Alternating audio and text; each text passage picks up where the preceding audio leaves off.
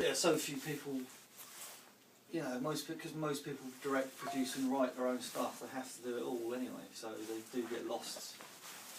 You know, I mean, I think back to Crooked Features, which is when I tried to sort of direct more than worry about everything else, but I still ended up doing camera work and stuff. So. I just think there's a certain inevitability about what you'll end up with. So, like when I do a film with Mike, there is inevitably, whatever we decide to do, it will be sort of in this region. Well, it's like The Fix. The Fix is essentially a rave. In fact, like I said, when we were screening the film, halfway through, people were drunk and they were like, "Fuck it, let's go on stage and dance." And they danced whilst the film was screening. Yeah. That's why I'll happily work on anything you guys are doing, because there's something completely different from the norm, and that's brilliant. But that's why we're doing this as well, because we're obviously asking the question about what it is the hell it's all about, what we're up to. Yeah.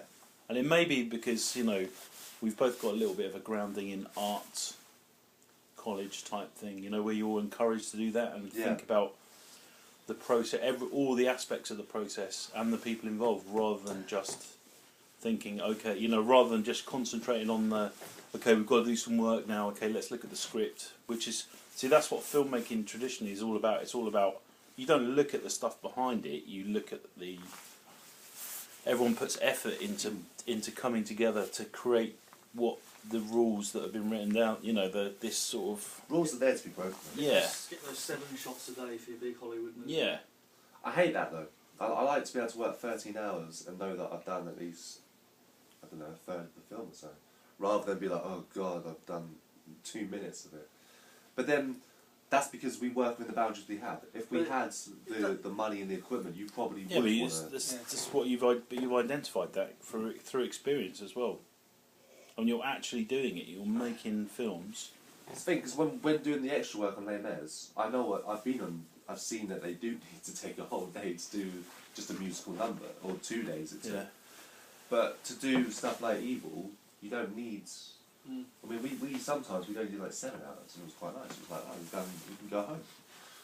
How long did you take to shoot this one? Evil was 6 days initially, then 2 extra days, so 8 days in total, which is quite nice. So you had a break in between? Yeah, we shot 6 days, and then we had to do some more, but we waited until October, so it was about a 3-4 month break, which then I wrote new stuff into the film. I guess because you were working with a lot of actors that you know, there's no... You know, for instance, I know Mike was saying if you've got people travelling, well, that's the thing, it's dangerous to let them go because, you know you know where they're going to turn up again. Well, they might have a cold or something, you know, like, oh, I don't feel very well, I feel a bit knackered. That's why we had a cinematographer change as well, because the guy who did the cinematography for this stuff, he lives in Reading. So he came down for this stuff, but for the stuff in October, he can come down, so it was like, Dad, can you do it? Which is brilliant, because then you get a completely different cinematic. 2 halves. Yeah. Alright, so the opening scene for this is back at the cafe. Back at the cafe, what day was that, if you remember?